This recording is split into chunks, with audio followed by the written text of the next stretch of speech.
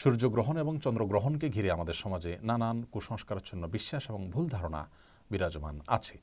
যেমন অনেকেই মনে করেন যে গর্ভবতী মায়েদের জন্য সূর্যগ্রহণ কিংবা চন্দ্রগ্রহণের সময় কোনো কিছু কাটাকাটি করা উচিত নয়।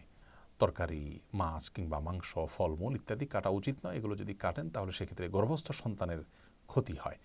এ ধারণা সম্পূর্ণ কুসংস্কারাচ্ছন্ন একটি ধারণা, ভুল বিশ্বাস। কোরআন হাদিসের কোথাও এরকমটি বলা হয়নি এবং সুস্থ বিবেক বুদ্ধিও এরকম কোনো বিশ্বাসকে সমর্থন করতে পারে না। একজন ইমানদার কখনো কুসংস্কারাচ্ছন্ন হতে পারেন না। অতএব এই বিশ্বাসটি আমাদের সংশোধন করতে হবে। সূর্যগ্রহণের সময় অন্য স্বাভাবিক যে কোনো কাজ আমরা করতে পারি, কাটাকাটি ইত্যাদি এগুলোও করতে পারি, মা বোনরাও করতে পারেন, গর্ভবতী মায়েরাও করতে পারেন, কোনো অসুবিধা নেই। সূর্য কিংবা চন্দ্রগ্রহণের সময় নবী করিম সাল্লাল্লাহু আলাইহি সাল্লামের মৌলিক নির্দেশনা হলো সূর্য এবং চন্দ্রগ্রহণের সালাতের আয়োজন করতে হবে মসজিদে। সেই সালাতে আমরা শামিল হব, আদায় করব।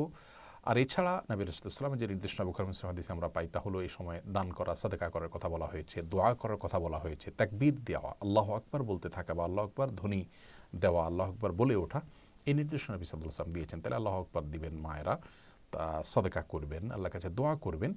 এছাড়া অমুকটা করা যাবে না, তমুকটা করা যাবে না, এরকম কোনো কথা কোরআন হাদিসে বলা হয়নি।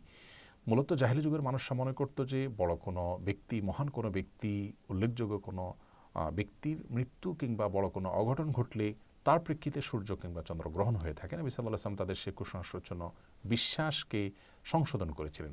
ইসলাম এসেছে মানুষের ভুল এবং কুসংস্কারাচ্ছন্ন বিশ্বাসকে সংশোধন করে বিশুদ্ধ বিশ্বাস যেন মানুষ ধারণ করতে পারে সেজন্য। অতএব আমরা চন্দ্রগ্রহণ, সূর্যগ্রহণকে ঘিরে নিজেদের বানানো বিভিন্ন কুসংস্কারাচ্ছন্ন বিশ্বাস এগুলোকে ধারণ করা থেকে আমরা বেঁচে থাকব এবং করণীয় কাজগুলো শুধুমাত্র করবো। আল্লাহ তাআলা আমাদেরকে তৌফিক দান করুন।